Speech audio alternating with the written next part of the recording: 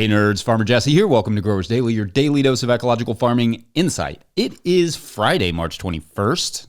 Yep, 2025. And today we're talking why we love polycultures as a culture, sort of, interplanting with garlic, and it's Feedback Friday, so let's do it.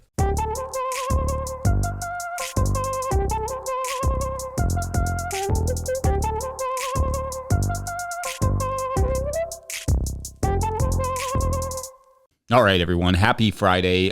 This week, let's see, what did I do? I did a thing I don't normally do and have been telling you I don't normally do it, which is that I planted in the field in March. The soil in the tunnel where I wanted to transplant some lettuces still needed some work, so I called an audible and decided to plant a couple of beds of the lettuce in the field where I had some pea cover crop in the fall, which died, raked it off, went ahead and planted. Planting outside should be fine at this point, but it's a little riskier, so I usually avoid it if I can. I threw some row cover over top just to protect it from the frost we're getting this morning. And barring some unlikely and unseasonably hard freezes or a mountain of snow, we should be good to go. Sometimes that's just the way it goes. When you neglect a tunnel. Anyway, it's Friday, which means Feedback Friday, where I look back at some of what you all were saying. On Monday, we discussed Three Sisters gardening, and I wanted to touch on this from @79poisonbreaker, who wrote, quote, "The biggest problem I see in the Three Sisters garden is modern people want sweet corn and green beans. Both of those are not Three Sisters friendly. The entire crop, in my opinion, should be storage foods, dry beans, pop or flint corn for milling, and winter squash. Small scale, I've had success with scarlet runner beans, glass gem corn, and butternut squash," end quote. So thank you. And to an extent, this is definitely correct, sorta. The storage crops are the intended goal of this style of agriculture, but also there is historically, and even today, a lot of green harvesting in the milpas / Three Sisters style of corn, beans, squash, etc. The goal certainly is food for storage, but one of the great things about almost all those crops is that they have multiple stages. So I say take every advantage of that too, especially keeping in mind that often pre-colonization, the size and scale was such that some missing ears of green corn were not the end of the world there. And also, yeah, they were delicious. You may as well eat a little bit of, sweet corn / green beans, etc. Well, you can. Why not? And I like this from @DeborahMcSweeney3349, who wrote, quote, "As a seed carrier, mostly corn, for my people, I've learned so much about how amazing these older seeds and the knowledge of ceremony with them can be. I grow my corn in mounds, 4 to a hill, and then add beans that know how to climb corn, and then winter squash scattered amongst the mounds. Finding a bean that knows how to climb corn took me some time, but once you find them, they are like old friends that love to play together. It is a beautiful thing to witness. Again, Wado, for your respect and acknowledgments of our ancient culture that keep us fed for thousands of years before contact," end quote. Thank you, but I think that's just really cool to hear that you're carrying that on. And also, I love the image of the corn and the beans being like old friends at play. Love that. Thank you. And on Tuesday, we talked about wind and about the citrus industry. And this was interesting from @AliceWilliams9301, who wrote about the citrus industry. Quote, "Unfortunately, the monoculture is necessary for seedless fruit. Introducing diversity would be great for disease resistance and ecology, but people would have many seeds in all their citrus," end quote. Okay, so first, thank you for that comment. And technically, if someone is growing seeded oranges around you, you could end up with some cross-pollination, but that's not super likely, and you could map out a plan to grow a few different types of citrus and or other fruits that would not have that effect while also allowing for better ecology. So I don't think a monoculture is a necessity. However, even if that were totally true, like you could not have another type around, you had to plant only one type of citrus or it would completely ruin the fruit. When I am looking at these properties, dreaming of my winter citrus farm, which I do way too often, all I am seeing is bare ground. No ground cover, no flowering shrubs, no diversity under the canopy at all. Basically, even in a monoculture system, it is just a monoculture, like a single crop, not even weeds. Would things like a diversity of crops and flowering shrubs and plants complicate production? Maybe, sure. But also perhaps nothing complicates production like citrus greening and losing this farmland to development. So it seems like a reasonable trade-off to me to have some other plants involved. But I'll let you know when I finally get my winter citrus farm. It will never happen, but I can continue dreaming about it. On to the wind part, lots of people sharing my love slash hate of wind, but I liked this from @EaglePointNF, who wrote, quote, in ancient Chinese medicine, wind carries the 10,000 diseases. Wind was considered one of the evils. Like you said, wind creates tension, anger, and unrest, and wind enters through the neck primarily. Glad you're wearing hoodies. Protect your neck. And at the same time, wind helps to dry damp in the body. Obviously, balance is key, and medicine is all about dosage, end quote. Thank you. Now, I don't know anything about Chinese medicine, so this comment could be totally off base. I don't know, but I will take anyone at their word who justifies me wearing hoodies. For the most part, if a winter top doesn't have a hood and or pockets, it's a hard pass for me. Also, tension, anger, unrest, that's pretty spot on. All right. Then on Wednesday, we discussed the importance of shade, and I liked this from @McCraw4D, who wrote, quote, about 5 years ago, I had a conversation with a master gardener at our local nursery about how their plants looked less stressed by the North Texas 100-degree Fahrenheit heat compared to the ones at our community garden. He said the secret, pointed up to the ceiling, get yourself some 30% shade cloth. I keep PVC hoops on my raised bed, so it was easy to toss over the hoops, just like frost cloth. My peppers started their full bloom 2 weeks earlier than all my neighbors. The following summer, I put it on once temperatures got to 85 degrees Fahrenheit, and my peppers produced all summer with just a drop in production versus entirely shutting down until September. I use it all over my plots now. End quote. So yeah, great. Thank you for that comment. Especially in high heat environments, tomatoes and peppers will straight up quit on you and drop their blossoms. So shade can be a absolute lifeline for crops like that. And to be sure, it is for that reason that peppers and tomatoes are also among crops grown in milpa / Three Sisters under some small amounts of shade in hotter climates. Then Thursday, we had a Patreon question from someone from Denmark that in my head I switched to them telling me they were Dutch for some reason and showed some love to the Netherlands instead of to Denmark. So apologies for that to my Danish friends. And let's show some love to Denmark. The national Denmark team is one of the teams that uses red in Europe, but a good one. So we won't fault you for that after putting up an impressive 1-goal lead on Portugal yesterday in the Nations League in the first leg. So well done. The Danes are not quite the producers of produce that the Dutch are. They are more dairy and pork and seafood, it seems, but they produce a lot of it and export multiple times what they consume. The Danes are also doing a lot of interesting and innovative stuff in regenerative ag with maximizing space and encouraging regenerative sustainable practices that seem like they do not get enough attention. I feel like rarely do I ever hear from Danish growers, and that should change. So if you're a grower in Denmark, let us know what's good in your country. What should we be looking out for? What are some farms that we should be following? Also, shouts to my youngest son's favorite player from Brighton, Matt O'Reilly, who was not born in Denmark, but who plays for the Denmark national team. So apologies again. I will come visit one day and beg forgiveness in person, preferably at one of the many amazing restaurants there. That would be great. Also, don't worry, I will have an editor soon. So that should help. Lastly, loads of great comments this week about the ending of the No-Till Market Garden podcast and how sad it is, and it is sad. For those of you who don't know, for years we have produced several different niche farming shows, but the reality is that the way the revenue has changed via YouTube, and by changed I mean gone down a ton, and the increase in competition among several other factors, we could no longer afford to produce additional podcasts. So we still have one last show in the works so that you all will enjoy, but all the other shows are going independent now or shutting down, and along with them, the No-Till Market Garden podcast, which was my original podcast, which kind of started all of our podcasts. That said, I will make sure those independent shows stay on your radar, and I will still be here doing some interviews and stuff soon, especially once we get that editor.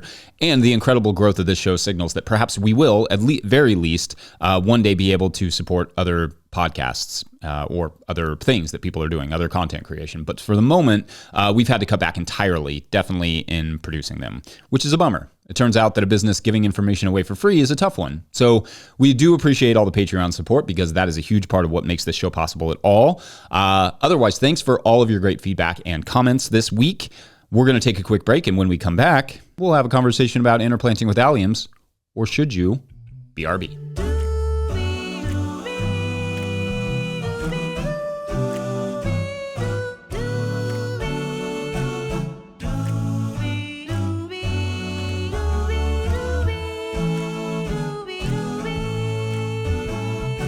Today's episode of Growers Daily is brought to you by Tilth Soil. Tilth Soil is a worker-owned co-op making living soils in Cleveland, Ohio using NOP-compliant food scrap compost. They wrote us, quote, "We're stoked to support Growers Daily because healthier, tastier, and generally more decent food systems start with growers like all of you, inquiring minds who care about the land." End quote. Love the folks over there at Tilth. If you're looking for top-notch compost or potting mix, drop an email to the folks at Tilth via info@tilthsoil.com. That's info@tilthsoil.com. Today's episode is also brought to you by So Right Seeds. So Right Seeds is an heirloom seed company that offers fresh, high-quality, open-pollinated seeds. They have a great selection on their website of over 400 varieties, along with a planter's library with tips for growing. They offer cover crops and bulk packs of seed for sustainable home gardening. The instructions on the back of their packets have all the information you need to get started. Go to So Right Seeds, that's SOW, and use my discount code NOTIL for 15% off your order. That's SoRightSeeds.com. All right, enjoy the show. If you, the listener, are enjoying this content, getting even a small amount of value from it, consider supporting our work over at patreon.com/NoTillGrowers. I try to get to questions from everywhere the questions come in, but I will always get to your Patreon questions. Now, today's Patreon question comes from Patreon member Jesse Hammond. I love how many Jessies we have in our Patreon now. That's shouts to Jessies. Anyway, Jesse asks, quote, "What are your thoughts on interplanting onions with garlic?" End quote. Okay, so this is a fun question because garlic and onions seem like perfect plants to interplant with other crops, but unfortunately, they aren't really, or at least not really in bulb form. To explain, alliums are not very competitive crops, generally speaking. As I talk about in the Living Soil Handbook, every plant has what is called a critical period of competition, meaning that when the plant has an abundance of competition, either from weeds or other crops, at a certain point in its life, then it will have a physiological response that for onions tends to be grow really tall and not put your energy into creating a bulb. I remember that my buddy and one of my great mentors, Jeff Poppin, you would know as the Barefoot Farmer, used to grow the best onions. And when I asked him what the trick was, what he did differently than what I was doing, he said, no weeds ever. I don't want to put words in his mouth, but I remember the way that he explained it sounds like he keeps his onion beds absolutely immaculate, especially in comparison to anything else he grows. And part of that is no doubt the moisture. Weeds will keep moisture around onion bulbs, which could lead to disease. But part of that is also the competition factor, the bulb size. The weeds will simply encourage the plants to put its energy into leaves and not bulbs. And the same thing goes for garlic. Those plants cannot tell the difference between a weed and a crop you desire. So in terms of garlic and onions, if a bulb is the goal, I don't recommend a direct interplanting. However, the critical period of competition response can be used to your advantage in the case of, say, green onions, also called scallions, where a tall green part of the onion may be the desired outcome. When our growing space was more limited, we used to plant green onions in between our lettuce, transplanting both of them at the exact same time. This meant we could double the crops out of those beds in this, basically using the same amount of space, like not spacing our lettuce any differently. It was a little complicated for harvesting and it was a lot of work up front, but the onions were nice and tall and slightly blanched. I am not a big fan of companion planting in general, meaning planting something just to help the other crop and not necessarily as a crop itself. But alliums have been shown to have positive effects on diseases and pests in crops like strawberries when planted together. Again, if you do plant them with something like strawberries, don't expect much of a bulb from the onion, but you can get green onions or green garlic, plus the obvious ecological bonus of protection from the allium. Most other crops are not quite the sensitive divas that alliums are, and may even benefit from that little bit of shade from sunshine scattering on the tall onion leaves like we discussed earlier this week in the shade episode. Shade being another reason I like interplanting. Anyway, I hope that answers your question. Maybe more on critical period of weed control or critical period of competition later. Otherwise, let's do one last quick break, and when we come back, we'll get polycultured. Sure. Be right back. Drive the same roads every day. We both get there our own way. Thistle and an apple tree. How different two souls can be. Today's episode of Growers Daily is brought to you by Harnois Greenhouses. Arnois Greenhouses has pioneered controlled environment agriculture since 1965, partnering with market gardeners and farmers across North America to deliver turnkey greenhouse solutions. Their unwavering mission is to support growers' success through innovation and expertise in design, manufacturing, and installation. Arnois Greenhouses are engineered to withstand high wind and snow loads, providing optimal brightness, increased yields, rapid ROI, and long-lasting durability. With over 20,000 projects completed, they are more than a manufacturer. They are a trusted partner. Their structures foster sustainable, energy-efficient ecosystems that drive profitable, resilient agriculture. In 2025, Arnois is introducing a new low-tech, high-tunnel model starting at just $2 per square foot, offering open field growers an accessible entry into controlled environment agriculture. Learn more at arnois.com. That's HARNOIS.com. All right, back to the show. All right, so one of the things that came up this week was similar examples to the Three Sisters / Milpa agriculture all over the world, like this from @BenHymick_Snipes9625, who wrote, quote, "When I worked with Church World Service in East Africa, I worked with farming communities in Rwanda who grew endless fields of Three Sisters style farms. They also grew fields of tomatoes without any trellising, just vining on the ground, so part of the benefit was growing without much infrastructure. Since they had rainforest levels of rain, they could have success without much infrastructure. They just had to figure out nutrient and soil health. Created a beautiful terrain of green rolling hills." End quote. There was another person who had mentioned seeing interesting combinations of crops similar to the Three Sisters in the Philippines as well. I think a lot about photos I saw from Malaysia of really diverse croppings of rice and various trees and other crops all planted on a terraced hillside or in small blocks. I guarantee that everyone listening to this no matter what your origins are, somewhere deep in your history, polyculture, agriculture of some kind. Even those of us who are, like me, if you cannot tell by my skin tone and love of soccer, of European descent, have really diverse cropping systems in our heritage somewhere. There are really great examples of polyculture systems, for instance, all around the Mediterranean, where olive trees, grains, and grapes were cultivated with the use of livestock. There's ancient evidence of not just various, cereal grains, but also hazelnuts and other crops along with livestock being produced together in prehistoric England. Fire was used. Numerous plants were employed medicinally. All that style of agriculture, which for a long time was just called hunting and gathering, ridiculously, was what got us through thousands and thousands of years. And for me, I think that's part of the attraction to them. That's partly why when I see a field of corn, all I can see is dirt. Or when I see an orange grove with bare sand beneath it, I feel a small amount of sadness. But when I see a diverse field with crops and flowers and trees all mingling together, or even when I see the vast greenness of our own living pathways, I feel, activated, right? There's a reason that we feel a certain way when we're in the woods, right? The Japanese call it forest bathing. We like being in that shade, in those trees, in that diversity. I think deep down, we all long for that diversity within our cropping systems. It's just making it fit a capitalist private land ownership model that makes it practically inaccessible. Like I said earlier this week, it's not that market gardeners don't want to grow crops and diverse interplantings like that. It's that it's hard to make it pay the bills. And the average grower doesn't really have the land or time to justify growing that way. It's good to see those practices are still employed all over the world. And I mean that literally. It feels good to see it. And I hope people feel encouraged to employ some interplanting strategies in your gardens. I think it's important. I think it's fun. It's good for the soil and local ecology. And of course, it's tasty, which is nice. And obviously, as discussed in the last segment, not all crops, like onions, make sense as interplants. And to be sure, that has always been the case to some extent. But diversity always matters. Rotations matter. Growing things in and around other crops matter. It's not a fetishization or glorification of what ancient cultures did, as some people like to say in the comments sometimes. It's a recognition that the style of agriculture, the sort of monoculture style of agriculture that we've leaned into societally here in the U.S. is degrading the environment, our ecology, not to mention human health, dramatically. Also, moreover, these sort of diverse growing practices are not just ancient. They never stopped happening, and they are still being used all over the world. The Milpa study I referenced earlier this week, that study was not some archaeological study. It was a study from 2021 of current growers. Anyway, let me know any thoughts you all have on polyculture culture. Otherwise, let's wrap this thing up. Quick reminder for your weekend, go Cats. Also, go Denmark on Sunday versus Portugal in the second leg. Shouts to you. We'll be rooting you on. because I goofed. You can be my Red Europe team.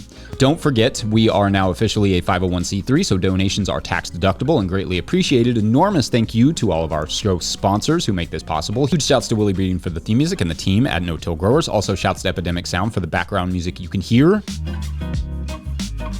Pick up a copy of the Living Soil Handbook or the Seed Farmer at no-tillgrowers.com to support our work. Big thank you to everyone over at patreon.com/no-tillgrowers, where at a certain level, or if you just bump up from one level to another, or sign up in the month of March, you get a shout out on the show. So big shout outs today to, it's our weeklies. Randall Duran, Alex and Oliver, Stacy Moorman, Bill King, and Chris Yates, and Stephen Smith.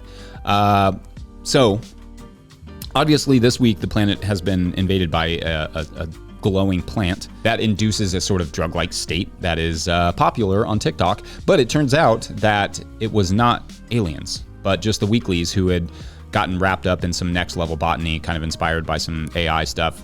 We don't need to get into it. And anyway, they accidentally created a mammalian plant that, honestly, when the offspring were born, were pretty darn cute and served as nice pets to the people who had, up until that point, been put into a pleasant, relaxed state for a week or so. Not really sure how I feel about that process, but someone does need to rein in those weeklies a little bit. That could have gotten a little messy. Anyway, thanks for watching and or listening.